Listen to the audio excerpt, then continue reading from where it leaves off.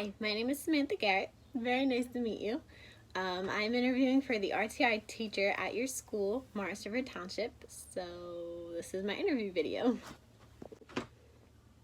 Alrighty, so let's go ahead and get started. We'll start with question number 1. It asks me to tell you a little bit about myself. So my name is Samantha Garrett. I'm 25 years old and I'm a recent graduate from Stockton University. I have my degree in elementary education. It's a bachelor's degree. I am certified to teach grades K through 6. I'm working on my certs for middle school science because science is one of my favorite subjects. And I'm also working on the early childhood education degree, certification, so that I can teach preschool as well. I'm a mom of a 1-year-old daughter named Addison. She's my absolute world. And I am also a fiance. We just got engaged in December, a couple days before Christmas and a little bit after I graduated from college. So I am working to start my career in elementary education. My mother-in-law actually works at your school, Shannon Smalley. So she is the one who recommended me applying for this job, and I thought it would be perfect because I've already been involved with your school. I've gone to all of your concerts, all of your school plays, basketball games. I went on the trip to the classroom with the kids, mainly because my little brothers do go there, my brother-in-laws, but just through the experiences through them, I really fallen in love with the school and I thought it would be a good fit. Question number 2. Question number 2 says, from your own experience, how do students learn best?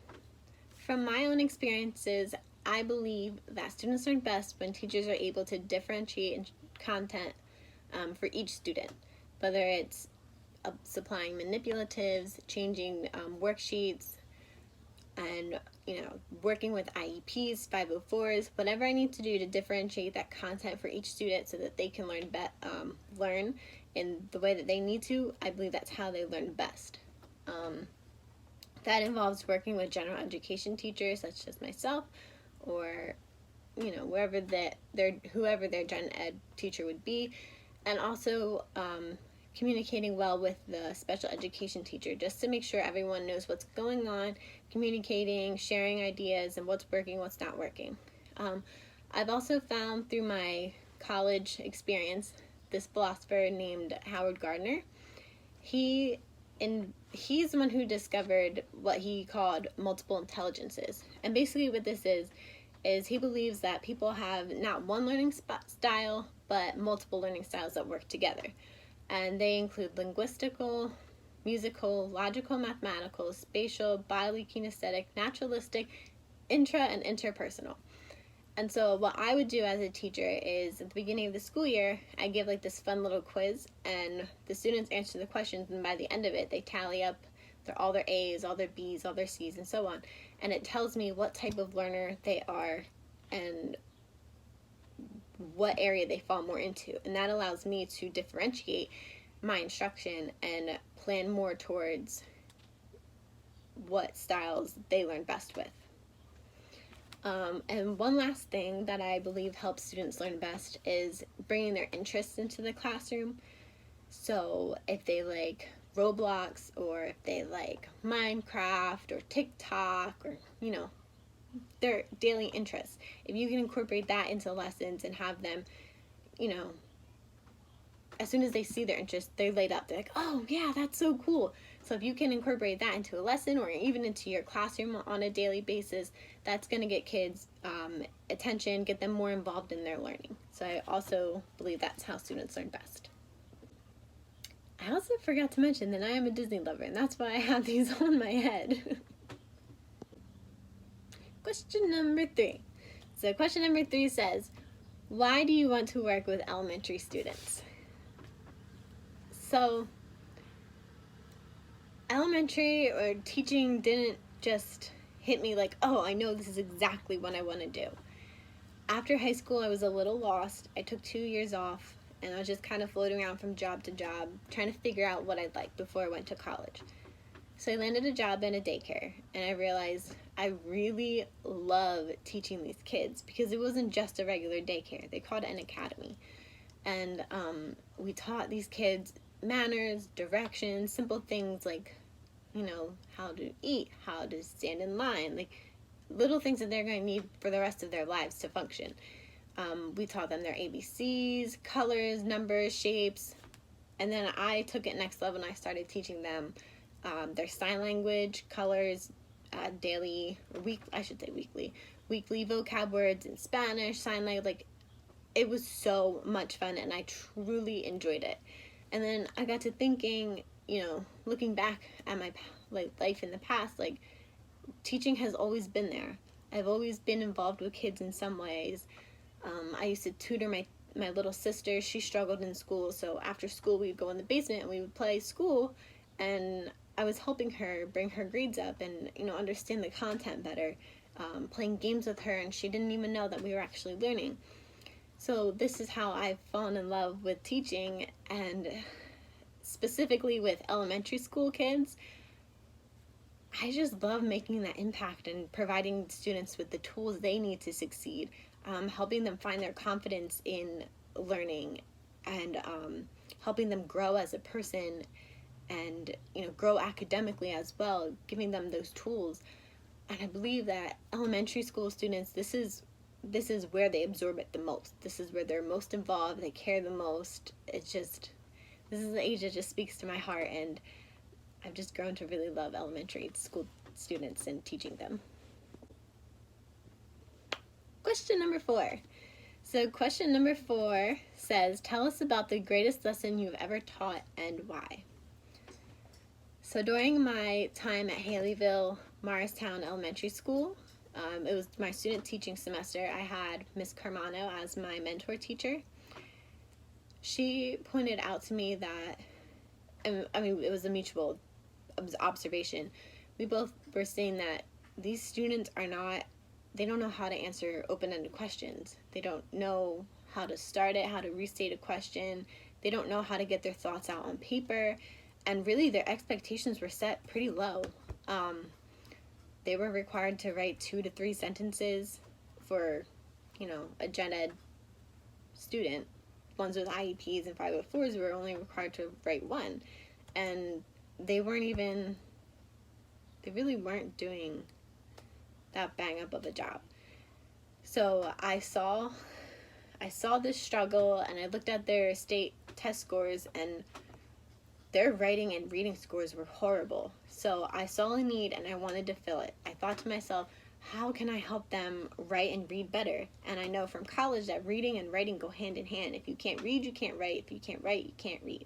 So we really need to find balance and if you work on one, you'll ultimately succeed and start seeing improvement in the other. So I decided to start with writing. My objectives for the lesson was students will be able to write for long periods of time throughout the year using our daily Chalk Talk writing prompts. So basically what I did is I would have a prompt like this up on the board. This one says, around here we don't look backwards for very long. We keep moving forward, opening new doors and doing new things because we are curious, and curiosity keeps us leading down new paths. This is from Walt Disney. So basically I'd keep a quote on the board, and under the quote I would say, what does this quote mean to you? And so then maybe week 1 we would start them writing for 2 minutes.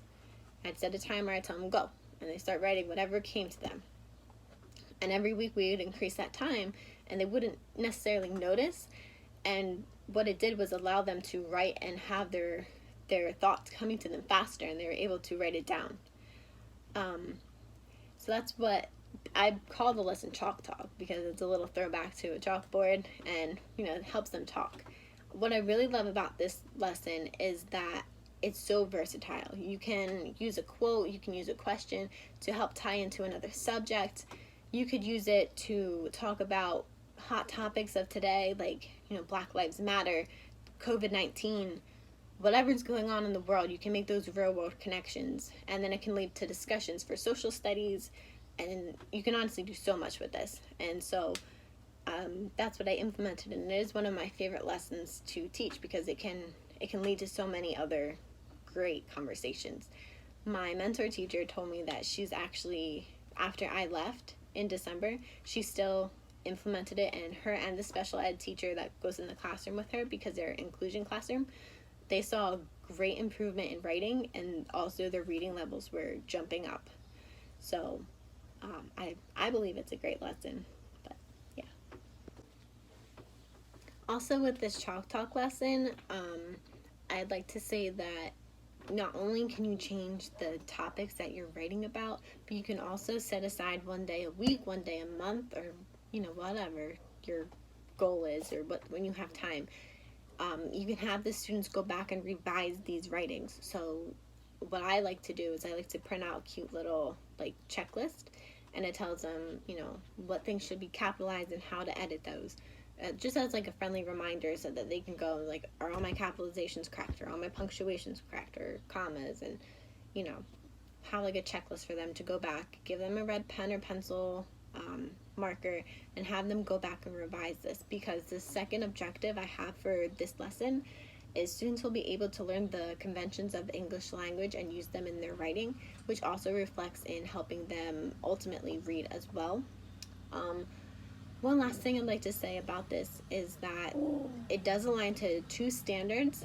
They are Writing 5.4, so produce clear and coherent writing in which the development and organization are appropriate to task, purpose, and audience. And secondly, the range of writing.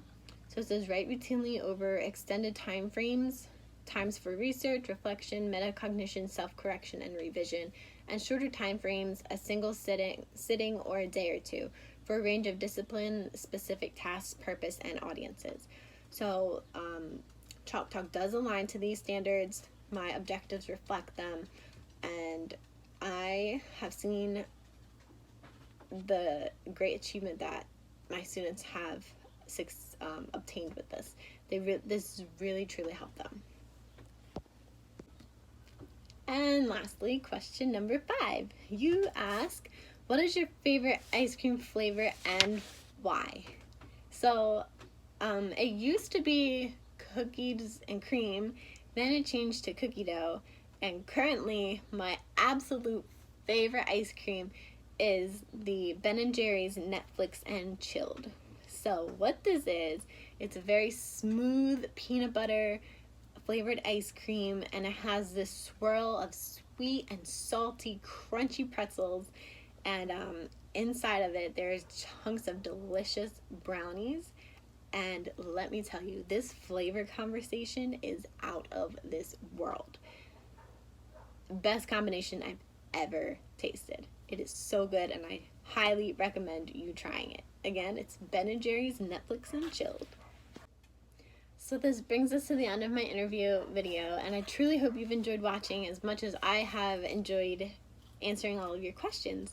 I look forward to meeting you guys in person, and just let me know if you have any more questions. Thanks so much.